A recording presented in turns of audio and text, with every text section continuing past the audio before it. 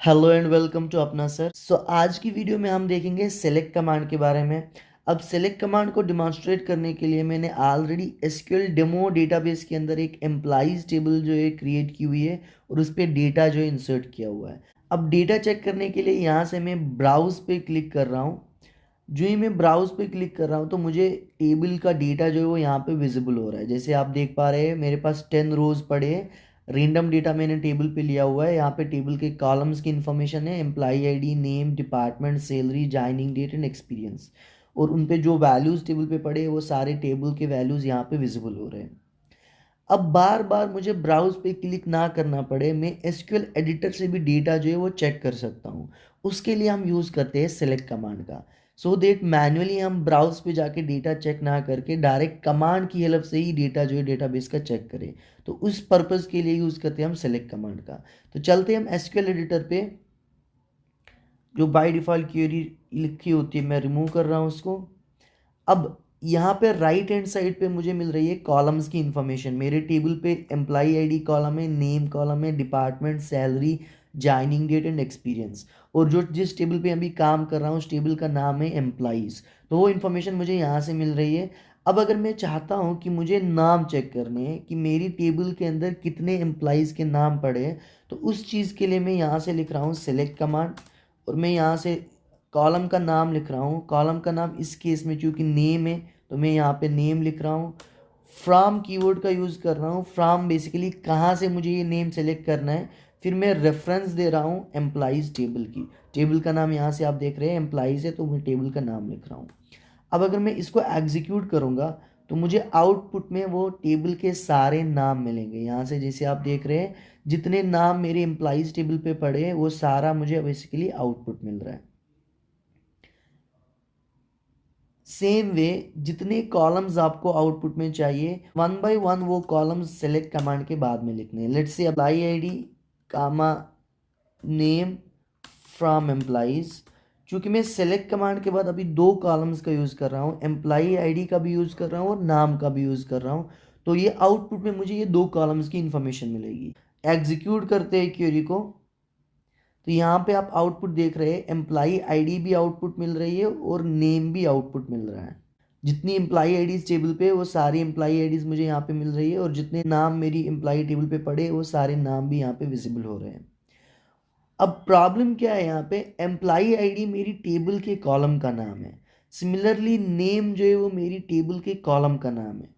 और ये end user को हम डायरेक्ट अपनी टेबल के कॉलम नाम जो है वो नहीं डिस्प्ले करा सकते, क्योंकि अगर ऐसा हम करेंगे तो एंड यूज़र के लिए एसक्यूएल इंजेक्शंस ऑपरेट करना बहुत ईजी हो जाएगा। इसके लिए हम क्या करते हैं, हम फेक नेम्स का यूज़ करते हैं। एक ईएमपी आईडी मेरी टेबल का नाम है तो यहाँ पे मैं इसकी जगह कुछ और डिस्प्ले कराऊंगा। सिमिलरली नेम मेरे टेबल के कॉलम का नाम है तो इसकी जगह यहाँ पे मैं कुछ और डिस्प्ले कराऊंगा सो दैट एंड यूज़र को मेरे एक्चुअल कॉलम नेम्स की इंफॉर्मेशन ना मिले। तो चलते हैं एसक्यूएल एडिटर की तरफ।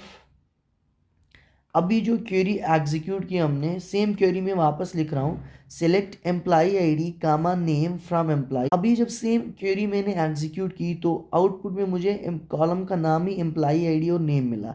अब मैं चाहता हूँ यहाँ पे मैं फेक नाम यूज़ करूँ तो उसके लिए मैं यूज़ करता हूँ एज कीवर्ड का। लेट से मैं लिख रहा हूँ यहाँ पे एम्प्लॉइज अंडरस्कोर आईडी और नेम को भी मैं यूज़ कर रहा हूँ एज एम्प्लॉइज अंडरस्कोर नेम। अब क्या होगा, ये ईएमपी आईडी कॉलम का नाम नहीं आएगा बल्कि कॉलम का नाम आएगा employees underscore ID. Similarly name column का नाम नहीं आएगा, का नाम आएगा एम्प्लॉइज अंडरस्कोर नेम। एग्जीक्यूट करते हैं इस क्वेरी को तो यहाँ पे आप देख सकते हैं डेटा जो है डेटा सेम होगा क्योंकि सेम टेबल से डेटा फेच कर रहे हैं। बट कॉलम का नाम यहाँ पे नोटिस करो एम्प्लॉइज आईडी आ रहा है। प्रीवियस केस में ईएमपी आईडी आ रहा था जो मेरी टेबल का नाम था और यहाँ पे नेम आ रहा था जो मेरी टेबल का नाम था। अब चेंज होके एम्प्लॉइज नेम आ रहा है ताकि एंड यूज़र को कॉलम एक्चुअल कॉलम नेम्स की इंफॉर्मेशन ना मिले। अब सिमिलरली अब अगर हमें सारे कॉलम्स की इंफॉर्मेशन चाहिए तो या तो मैं यहाँ पे सेलेक्ट के बाद वन बाय वन सारे कॉलम्स मेंशन करूँगा या फिर मैं यूज़ करूँगा एस्ट्रिक का। एस्ट्रिक बेसिकली स्टार जो होता है डेटाबेस टर्म्स में हम इसको एस्ट्रिक बोलते हैं। तो मैं लिख रहा हूँ सेलेक्ट एस्ट्रिक फ्रॉम एम्प्लॉइज। अब ये एस्ट्रिक रिप्रेजेंट कर रहा है सारे कॉलम्स। दैट मीन्स जितनी कॉलम्स मेरे टेबल पे पड़े उन सारी कॉलम्स की इन्फॉर्मेशन अगर मुझे चाहिए तो मैं यूज़ करूँगा एस्ट्रिक का। सारे कॉलम्स भी सेलेक्ट होंगे और सारी रोज भी सेलेक्ट होंगी। अब अगर मैं एग्जीक्यूट कर रहा हूँ क्यूरी को, तो जितना डेटा मेरी टेबल पे पड़ा है वो सारा डेटा यहाँ पे बेसिकली विजिबल हो रहा है। नंबर ऑफ रोज, कॉलम्स, जो इन्फॉर्मेशन स्टोर है वो सारा विजिबल हो रहा है। वापस चलते हैं एसक्यूएल एडिटर पे। अब हम सेलेक्ट के साथ वेयर क्लास का भी यूज़ कर सकते हैं। वेयर क्लास हम यूज़ करते हैं जहाँ पे हमें कंडीशनिंग करनी होगी। लाइक मैं चाहता हूँ मुझे कॉलम्स तो सारे मिले टेबल के, बट मुझे रोज में खाली ऐसा रो मिले जो एचआर डिपार्टमेंट से बिलोंग करता है। तो मैं उसके लिए कमांड लिखूंगा सेलेक्ट एस्ट्रिक फ्रॉम एम्प्लॉइज। अब यहाँ पे एस्ट्रिक का यूज़ कर रहा हूँ, दैट मीन्स सारे कॉलम सेलेक्ट होंगे। और मुझे रोज पे कंडीशन लगानी है तो यहाँ पे मैं वेयर क्लास का यूज़ कर रहा हूँ और मैं कंडीशन लिख रहा हूँ where department equals to let's say HR. तो होगा क्या इस क्वेरी से, क्योंकि एस्ट्रिक का यूज़ हुआ है सारे कॉलम सेलेक्ट होंगे बट रोज में खाली वो रो सेलेक्ट होगी जिसके डिपार्टमेंट में एचआर वैल्यू होगी। अब इसको एग्जीक्यूट करते हैं तो यहाँ पे मुझे दो ही आउटपुट मिल रहे हैं, दोनों एम्प्लॉइज एचआर से बिलोंग कर रहे हैं 101 और 106, इसलिए दो ही रोज जो है आउटपुट में मिल रही है। और चूंकि एस्ट्रिक का यूज़ हुआ है तो कॉलम सारे टेबल के मुझे विजिबल हो रहे हैं। सेम वे हम न्यूमेरिक कंडीशंस भी लगा सकते हैं। लेट्स से अगर मैं लिखूंगा select asterisk from employees where, अब मैं कंडीशन लगा रहा हूँ मुझे उस एम्प्लॉई को सेलेक्ट करना है जिसकी सैलरी जो है वो 60,000 है। तो मैं लिख रहा हूँ select asterisk from employees where salary equals to 60,000।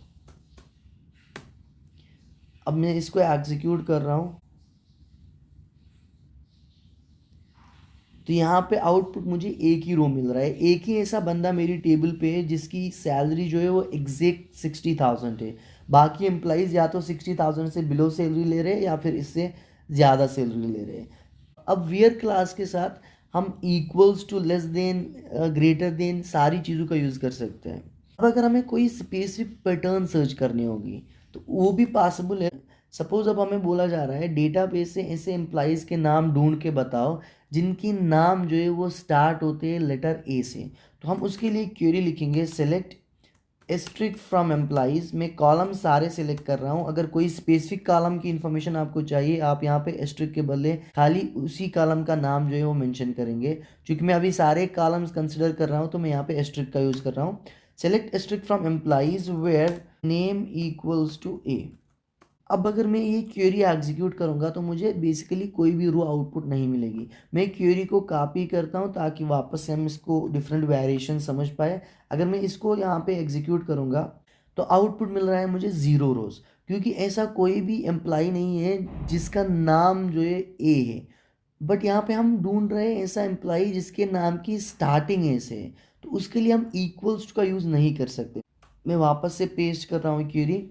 तो यहाँ पे हमने इक्वल्स टू ए लिखा था, दैट मीन्स इक्वल्स टू हम तब यूज़ करते हैं जब हमें एग्जैक्ट मैच डेटाबेस में ढूंढनी होती है।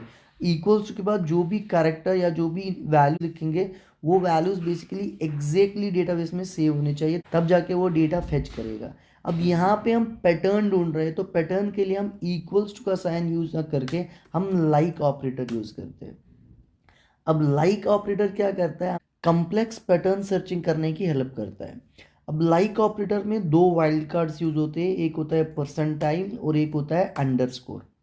परसेंटाइल का यूज हम तब करते हैं जब हमें फिक्स लेंथ के बारे में इंफॉर्मेशन नहीं होती है। जैसे अभी का क्वेश्चन है, हम खाली ऐसे एम्प्लॉइज के नाम ढूंढ रहे हैं जो जिसका स्टार्टिंग जो है वो ए से होगा, तो हमें फिक्स लेंथ के बारे में नहीं पता है कि एम्प्लॉय के नाम की लेंथ कितनी होनी चाहिए, तो हम परसेंटाइल का यूज़ करेंगे कि स्टार्टिंग करेक्टर ए होना चाहिए, बाकी जितने भी करेक्टर्स उसमें हुए हमें उससे कोई फ़र्क नहीं, तो हम उस केस में यूज़ करेंगे परसेंटाइल का। बट अगर किसी केस में हमें फिक्स लेंथ की बात होगी, लेट्स से हम ढूंढ रहे हैं ऐसा नाम जिसके टोटल 4 करेक्टर्स है और फर्स्ट करेक्टर ए है, तब हम यूज़ करेंगे अंडरस्कोर का।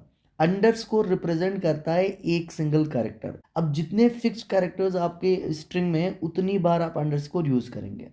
इसको एग्जाम्पल से समझते हैं ताकि आपको ज़्यादा अच्छे से समझ आए।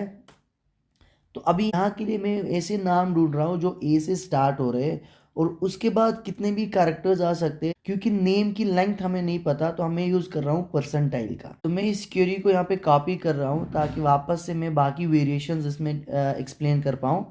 तो यहाँ से जब इसको एग्जीक्यूट करेंगे तो आप आउटपुट देख पा रहे हैं। आउटपुट में हमें मिल रहा है एक ही बंदा हमारी टेबल पे ऐसा है जिसका नाम जो है वो ए से स्टार्ट हो रहा है। वापस चलते हैं एसक्यूएल एडिटर पे। यहाँ पे मैं वापस पेस्ट कर रहा हूँ क्वेरी। अब सेम क्वेरी को थोड़ा और वेरिएशन से समझते हैं। लेट्स से मुझे ऐसे एम्प्लॉइज के नाम चाहिए जिस एम्प्लॉई के नाम की एंडिंग में ए करेक्टर आता हो, जिस एम्प्लॉई का नाम जो है वो ए से एंड हो रहा है। तो उस चीज़ के लिए मैं क्या करूँगा, परसेंटाइल जो है मैं ए के स्टार्टिंग में लगाऊंगा। दैट मीन्स ये कौन सी पैटर्न बन रही है कि स्टार्टिंग में कितने भी करेक्टर्स हो उससे कोई फर्क नहीं पड़ रहा है, और कौन से करेक्टर्स है उससे भी कोई फर्क नहीं पड़ता, बट लास्ट करेक्टर जो है वो ए होना चाहिए। अब इसको मैं अगर एग्जीक्यूट करूंगा तो यहाँ पे हमें 0 रोज मिल रहे हैं। बेसिकली कोई भी ऐसा एम्प्लॉइज नहीं है जो ए से एंड हो रहा है। अब मैं डेटा चेक करता हूँ पहले, क्योंकि यहाँ पे देख पा रहे हैं डेटा पे ऐसा कोई भी एम्प्लॉई नहीं है जिसका नाम ए से एंड हो रहा है।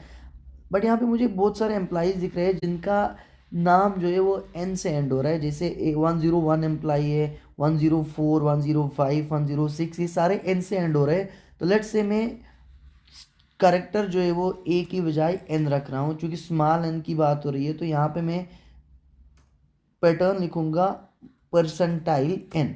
स्टार्टिंग में कुछ भी हो उससे फ़र्क नहीं पड़ता, कितने करेक्टर्स है उससे फ़र्क नहीं पड़ता, बट लास्ट करेक्टर जो है वो होना चाहिए एन। अब इसको मैं अगर एग्जीक्यूट करूंगा तो आप यहाँ पे देख रहे हैं ऐसे सारे एम्प्लॉइज़ की इंफॉर्मेशन यहाँ पे मिलेगी जिनका नाम जो है वो एन लेटर से एंड हो रहा है। तो ऐसे कम्प्लेक्स पैटर्न्स जब यूज़ करनी होती है तब हम यूज़ करते हैं लाइक ऑपरेटर का। सेम वे हम यूज़ करते हैं अंडरस्कोर का, बट अंडरस्कोर के केस में हमें फिक्स लेंथ के बारे में पता होनी चाहिए। मैं एक बार डेटा चेक करता हूँ पहले। तो यहाँ से हमें कोई एम्प्लॉई का नाम काउंट करता हूँ क्योंकि मुझे लेंथ चाहिए। तो बेसिकली लेट्स से मैं 105 एम्प्लॉई को फाइंड कर रहा हूँ और मैं क्वेरी लिखूंगा ऐसे नाम मुझे चाहिए जो एंड एन से हो रही है। अब यहाँ पे जैसे हमने अभी परसेंटाइल से देखा एन से बहुत सारे नाम एंड हो रहे हैं, बट एन के साथ साथ मैं फिक्स लेंथ भी देखूंगा। तो यहाँ पे हम देख रहे हैं इस 105 एम्प्लॉई की टोटल लेंथ जो है वो है 9 करेक्टर्स। लाइक 3 करेक्टर्स का एवा है, 4th करेक्टर में स्पेस आएगी, फिर 5 करेक्टर्स का ग्रीन है। तो टोटल लेंथ जो है वो 9 करेक्टर्स है। दैट मीन्स अगर हम इसको फाइंड आउट करना चाहे तो हम लिखेंगे 8 टाइम्स अंडरस्कोर विथ एन। सो वापस बढ़ते हैं एसक्यूएल एडिटर पे। यहाँ पे क्वेरी अपडेट करते हैं। अब यहाँ पे चूंकि हम एन को ढूंढ रहे हैं, लास्ट में मुझे एन चाहिए तो मैं लिख रहा हूँ एन, और स्टार्टिंग में मुझे एन से पहले मुझे चाहिए 8 करेक्टर, तो मैं 8 बार लिखूंगा अंडरस्कोर 1 2 3 4 5 6 7 8। अब अगर इस चीज को मैं एग्जीक्यूट करूंगा तो आप देख रहे हैं खाली मुझे आंसर मिल रहा है 105, क्योंकि यही इकलौता बंदा ऐसा है जिसके नाम की लेंथ जो है वो 9 करेक्टर्स की है और लास्ट करेक्टर जो है वो एन है। तो हमने क्या किया, 8 टाइम्स मैंने अंडरस्कोर का यूज़ किया स्टार्टिंग में और लास्ट में मैंने यूज़ किया करेक्टर एन का। अब सेम में हम अगर हमें स्टार्टिंग का करेक्टर दिया होगा, लेट्स से स्टार्ट ए से होना चाहिए और उसकी लेंथ जो है वो टोटल 4 करेक्टर्स है, तब मैं करूँगा 3 टाइम्स अंडरस्कोर का यूज़ ए के बाद। तो इससे क्या होगा, ऐसा नाम मुझे फेच होके आएगा जिसकी स्टार्टिंग ए से हो रही है और ए के बाद उसके 3 कैरेक्टर्स जो है वो प्रेजेंट हैं। सिमिलरली अगर मुझे अब ऐसा एम्प्लॉई चाहिए जिसके नाम पे कहीं पे भी ए आ रहा हो, क्योंकि अब फिक्स लेंथ नहीं है तो हम स्टार्टिंग में भी परसेंटाइल लगाएंगे और एंडिंग में भी परसेंटाइल लगाएंगे, और दोनों परसेंटाइल्स के बीच में हम यूज़ करेंगे करेक्टर ए का। अब इस परसेंटाइल ए परसेंटाइल पैटर्न से क्या होगा, ऐसे एम्प्लॉइज फेच होंगे जिनके नाम पे लेटर ए कहीं पे भी आ रहा हो, चाहे वो स्टार्टिंग पे आ रहा है, चाहे वो एंडिंग पे आ रहा है, या चाहे वो इन बिटवीन आ रहा है। तो इससे वो वाले नाम फेच होंगे। एग्जीक्यूट करते हैं।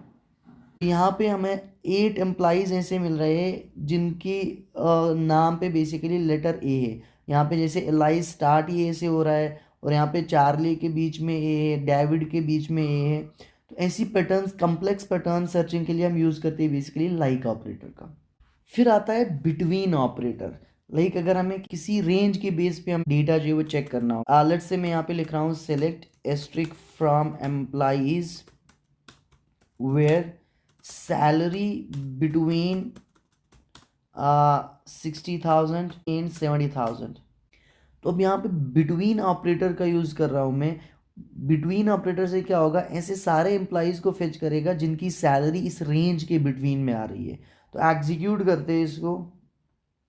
तो यहाँ पे 3-4 एम्प्लॉयज़ ऐसे मिल रहे हैं जिनकी सैलरी जो है बेसिकली उस रेंज के बिटवीन है, 60,000 और 70,000 के बीच में। फिर आती है हमारे पास एग्रीगेट फंक्शंस। सेलेक्ट के साथ हम एग्रीगेट फंक्शंस का भी यूज़ कर सकते हैं। लाइक हमारे पास सम फंक्शन है, एवरेज फंक्शन है, काउंट फंक्शन है। इस तरह बहुत सारे एग्रीगेट फंक्शंस है जो हम यूज़ कर सकते हैं। सपोज अब मुझे काउंट करना है नंबर ऑफ एम्प्लॉयज़, कितने एम्प्लॉयज़ मेरी एम्प्लॉयज़ टेबल पे है, तो उसके लिए मैं यूज़ करूँगा एग्रीगेट फंक्शंस का। तो यहाँ पे हम लिखेंगे सेलेक्ट। सेलेक्ट के बाद हम लिखेंगे काउंट फंक्शन का। काउंट एक एग्रीगेट फंक्शन है जो बेसिकली काउंट करेगा number of employees. Let's say मैं यहाँ पे एस्ट्रिक लिख रहा हूँ कि सारे एम्प्लॉयज़ को काउंट करना है फ्रॉम एम्प्लॉयज़ टेबल। अगर मैं इसको एग्जीक्यूट करूँगा तो यहाँ पे आप आउटपुट देख पा रहे हैं। आउटपुट आ रहा है हमें 10, क्योंकि एम्प्लॉयज़ टेबल पे 10 रोज का डेटा है, तो बेसिकली आउटपुट मुझे दे रहा है काउंट करके 10। अब यहाँ पे जो फंक्शन हमने यूज़ किए वो कॉलम का नाम उसी फंक्शन से आ रहा है। अब इसको हम एलाइसिंग का यूज़ कर सकते हैं, लाइक जैसे हमने स्टार्टिंग में किया था। तो काउंट एज का हम यूज़ कर सकते हैं। लेट्स से फिर से अगर मैं एग्जीक्यूट करूँगा, select count as number of employees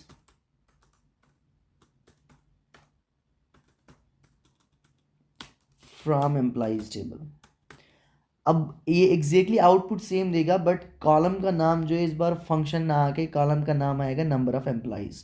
output जो है वो सेम आएगा 10 एम्प्लॉयज़। इसी तरह दूसरी एग्रीगेट फंक्शन आती है सम। लेट्स से मैं अगर कर रहा हूँ सम ऑफ सैलरी, मुझे निकालना है टोटल सैलरी कितनी जा रही है। तो यहाँ पे मैं सम ऑफ सैलरी लिख सकता हूँ। Let's say is sum of salary from employees. तो ये सम फंक्शन सैलरी कॉलम के जितने वैल्यूज है उनको बेसिकली कैलकुलेट करेगा और टोटल सैलरी जो है वो मुझे आउटपुट देगा। सिमिलरली अगर हमें एवरेज कैलकुलेट करनी होगी उसके लिए भी एवरेज फंक्शन का हम यूज़ कर सकते हैं। लेट्स से select average of salary. Salary column की मुझे एवरेज निकाल के दो फ्रॉम एम्प्लॉयज़ टेबल। अब चाहोगे तो यहाँ पे आप एज का यूज़ कर सकते हो। मैं अभी के लिए इसे ही एग्जीक्यूट कर रहा हूँ। तो आउटपुट मिल रहा है एवरेज सैलरी जो है बेसिकली वो कैलकुलेट करके हमें आउटपुट मिल रहा है। फिर हम सेलेक्ट के साथ यूज़ कर सकते हैं ऑर्डर बाय क्लास का। लाइक अगर हमें सॉर्टिंग चाहिए डेटा की, जो डेटा आउटपुट मिल रहा है अगर वो हमें सॉर्टेड फॉर्मेट में चाहिए, असेंडिंग ऑर्डर में या डिसेंडिंग ऑर्डर में, उसके लिए हम यूज़ करते हैं ऑर्डर बाय क्लास का। मैं क्वेरी लिख रहा हूँ सेलेक्ट एस्ट्रिक फ्रॉम एम्प्लॉयज़। अगर मैं इसको एग्जीक्यूट करूँगा तो यहाँ पे जो है वो टेबल से सारा डेटा मुझे फेच होके आ रहा है जिस जिस तरह से टेबल पे डेटा स्टोर है। अब ये डेटा मुझे अगर सॉर्टेड फॉर्मेट में चाहिए उसके लिए मैं यूज़ करूँगा ऑर्डर बाय क्लास का। तो यहाँ पे मैं क्वेरी के साथ लिख रहा हूँ order by let's say salary. Order by से क्या होगा, ऑर्डर बाय से बेसिकली सॉर्टिंग होती है डेटा। जिस कॉलम से हमें डेटा सॉर्ट करना होता है उस कॉलम का नाम हम ऑर्डर बाय के बाद लिखते हैं और बाय डिफ़ॉल्ट जो है वो असेंडिंग ऑर्डर में सॉर्ट होता है। अब हम अगर फोर्सफुली उसको डिसेंडिंग ऑर्डर में सॉर्ट करना चाहे तो उसके लिए हमें यूज़ करते हैं कीवर्ड DESC का। DESC बेसिकली डिनोट करता है डिसेंडिंग ऑर्डर। तो अब इस क्वेरी से होगा क्या, सारी इंफॉर्मेशन मिलेगी बट सैलरी के बेस पे डेटा सॉर्ट होगा डिसेंडिंग ऑर्डर पे। अब एग्जीक्यूट करते हैं तो यहाँ पे आप देख पा रहे हैं सैलरी के बेस पे डिसेंडिंग ऑर्डर पे सॉर्ट हो रहा है। दैट मीन्स जो सबसे हाईएस्ट सैलरी वाला एम्प्लॉई है वो सबसे पहले हमें विजिबल हो रहा है। अकॉर्डिंगली फिर डिसेंडिंग ऑर्डर पे सीरीज जो है वो फॉलो होती है। अभी असेंडिंग ऑर्डर पे हमें अगर चाहिए तो हम या तो AC कीवर्ड का यूज़ करेंगे या फिर डायरेक्टली हम ऑर्डर बाय सैलरी करेंगे, क्योंकि बाय डिफ़ॉल्ट जो असेंडिंग ऑर्डर में ही आता है। अब यहाँ पे मैं ऑर्डर बाय सैलरी लिख रहा हूँ तो बाय डिफ़ॉल्ट ये असेंडिंग ऑर्डर पे सॉर्ट होगा। अब अगर मैं इसको एग्जीक्यूट कर रहा हूँ तो अब यहाँ पे देख रहे हैं सबसे मिनिमम सैलरी जिसकी है स्टार्टिंग उससे हो रही है, फिर अकॉर्डिंगली सैलरी के बेस पे जो है डेटा सॉर्ट होके आ रहा है और जब से जो सबसे मैक्सिमम वाला बंदा होगा वो अभी सबसे लास्ट में आ रहा होगा। फिर आता है सेलेक्ट के साथ ग्रुप बाय क्लास। अब सपोज क्वेश्चन पूछा जा रहा है आपसे, मुझे डेटाबेस से काउंट करके बताओ कि HR डिपार्टमेंट में कितने एम्प्लॉइज है, आईटी डिपार्टमेंट में कितने एम्प्लॉयज़ है। तो उस चीज़ के लिए हमें यूज़ करना पड़ेगा ग्रुप बाय क्लास का। अब ग्रुप बाय क्लास क्या करता है, लॉजिकल टेबल्स क्रिएट करता है। ग्रुप बाय समझने के लिए एग्जाम्पल का सहारा लेते हैं। सपोज मान के चलो ये मेरी डेटाबेस की टेबल की इंफॉर्मेशन है, जहाँ पे 4 कॉलम्स पड़े, एम्प्लॉय आईडी, नेम, एज और डिपार्टमेंट। और डिपार्टमेंट में यहाँ पे IT department, HR department, sales department, 3 departments की इंफॉर्मेशन पड़ी है। जो ही मैं ग्रुप बाय डिपार्टमेंट करूँगा तो होगा क्या, 3 लॉजिकल टेबल्स बनेंगी हर डिपार्टमेंट के बेस पे। एक टेबल बनेगी एचआर के लिए, एक टेबल बनेगी आईटी डिपार्टमेंट के लिए और एक टेबल बनेगी सेल्स डिपार्टमेंट के लिए। ये बेसिकली डेटाबेस में फिजिकल टेबल्स एग्जिस्ट नहीं करती, ये लॉजिकल टेबल्स होती है। उसी करंट रन टाइम इंस्टेंस के लिए लॉजिकली 3 टेबल्स बनेंगे। जब भी हम टेबल को ग्रुप बाय करेंगे तो जिस कॉलम से हमने ग्रुप बाय किया है उस कॉलम पे जितनी भी वैल्यूज है, यूनिक वैल्यूज, उतनी टेबल्स जो है वो क्रिएट होंगे। जैसे यहाँ पे डिपार्टमेंट में अभी 3 यूनिक वैल्यूज है, आईटी, एचआर और सेल्स, तो 3 लॉजिकल टेबल्स क्रिएट हो रही है। एचआर के लिए एक टेबल, सेल्स के लिए एक टेबल और आईटी के लिए एक टेबल। और फिर एग्रीगेट फंक्शंस जो है वो इन लॉजिकल टेबल्स पे बेसिकली एग्जीक्यूट होंगे। सपोज मैं अगर कैलकुलेट कर रहा हूँ number of employees in HR department, तो वो काउंट फंक्शन जो है वो ये एचआर वाली टेबल पे बेसिकली एग्जीक्यूट होगी। सिमिलरली अगर मुझे आईटी डिपार्टमेंट की टोटल काउंट चाहिए तो वो इस टेबल पे एग्रीगेट फंक्शन लगेगी। तो बेसिक पर्पज है ग्रुप बाय से बेस्ड अपॉन यूनिक वैल्यूज जो है लॉजिकल ग्रुप्स क्रिएट होते हैं, फिर उन ग्रुप्स पे फंक्शंस जो है वो एग्जीक्यूट होते हैं। अब यहाँ पे इम्प्लीमेंट करके चेक करते हैं। सपोज मुझे क्वेश्चन पूछा जा रहा है, मुझे हर एक डिपार्टमेंट का काउंट बता दो कि कौन से डिपार्टमेंट में कितने एम्प्लॉयज़ काम कर रहे हैं। तो मैं उसके लिए यहाँ पे लिखूंगा सेलेक्ट। क्योंकि खाली डिपार्टमेंट की इन्फॉर्मेशन चाहिए तो मैं यहाँ पे खाली डिपार्टमेंट कॉलम यूज़ कर रहा हूँ। और मुझे कैलकुलेट करना है तो उसके लिए मैं काउंट फंक्शन का यूज़ करूँगा, एग्रीगेट फंक्शन काउंट का। और काउंट में मैं यूज़ करूँगा एस्ट्रिक का। मुझे सारे एम्प्लॉयज़ काउंट करने हैं। टेबल की रेफरेंस दूंगा फ्रॉम एम्प्लॉयज़। अब यहाँ पे मैं यूज़ कर रहा हूँ ग्रुप बाय क्लास का, ग्रुप बाय डिपार्टमेंट। अब इस क्वेरी से होगा क्या, सबसे पहले डिपार्टमेंट कॉलम जो है वो सेलेक्ट होगी। फिर यहाँ से हमने ग्रुप बाय डिपार्टमेंट किया हुआ, तो जितने डिपार्टमेंट्स अवेलेबल है डेटाबेस की टेबल के अंदर उतने लॉजिकल टेबल्स बनेंगी। फिर ये काउंट फंक्शन हर लॉजिकल टेबल पे एग्जीक्यूट होगा और हमें काउंट करके टोटल नंबर ऑफ एम्प्लॉयज बताएगा। अब इसको हम एग्जीक्यूट करते हैं यहाँ से, तो हम यहाँ पे देख पा रहे हैं आंसर। तो बेसिकली करंट टेबल पे 4 डिपार्टमेंट्स है, तो लॉजिकली बैकग्राउंड पे 4 टेबल्स बनी होंगी, एक फाइनेंस के लिए, एक एचआर के लिए, एक आईटी के लिए, एक मार्केटिंग के लिए। फिर काउंट फंक्शन चारों टेबल्स पे एग्जीक्यूट हुई है और वहाँ से टोटल काउंट हमें बता रहा है। फाइनेंस पे 2 एम्प्लॉयज़ है, एचआर पे 2 एम्प्लॉयज़ है, आईटी पे 4 एम्प्लॉयज़ है और मार्केटिंग पे 2 एम्प्लॉयज़ है। अब मानो मुझे एचआर डिपार्टमेंट की टोटल सैलरी चाहिए, तो उसके लिए मैं यहाँ पे क्वेरी लिखूंगा सेलेक्ट डिपार्टमेंट कामा, क्योंकि टोटल सैलरी चाहिए उसके लिए मैं सम फंक्शन का यूज़ करूँगा, सम ऑफ सैलरी। लेट से मैं उसको फेक नेम दे रहा हूँ as total salary of HR from employees table group bye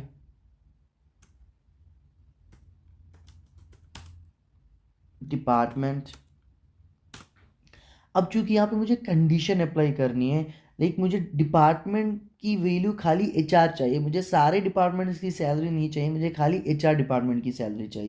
जब भी हम ग्रुप्स पे कंडीशन लगाए तब हम वेयर क्लास का यूज़ नहीं कर सकते। ग्रुप्स में कंडीशन करने के लिए हमेशा हम यूज़ करते हैं हैविंग क्लास का। जैसे हम सिंपल टेबल पे जब कंडीशन अप्लाई करते हैं तो वेयर क्लास का यूज़ होता है। सेम वे जब हम ग्रुप्स में कंडीशन करते हैं, चूंकि अब डिपार्टमेंट के 4 ग्रुप्स बने होंगे इस केस में, आईटी के लिए एक ग्रुप बना होगा, फाइनेंस के लिए एक ग्रुप बना होगा, मार्केटिंग के लिए एक ग्रुप बना होगा और सेल्स के लिए एक ग्रुप बना होगा। और हमें उन ग्रुप्स में बेसिकली जो लॉजिकल टेबल्स बनेंगी उन लॉजिकल टेबल्स पे हमें कंडीशन अप्लाई करनी है। तो उस केस में हम वेयर का यूज़ नहीं कर सकते, हमें हैविंग से कंडीशन अप्लाई करनी पड़ेगी। हमेशा इस चीज़ का ध्यान रखें, जब भी आप ग्रुप बाय यूज़ करेंगे कंडीशनिंग जो होगी तो वो हमेशा हैविंग क्लास से होगी। तो यहाँ पे मैं लिखूंगा having department equals to HR.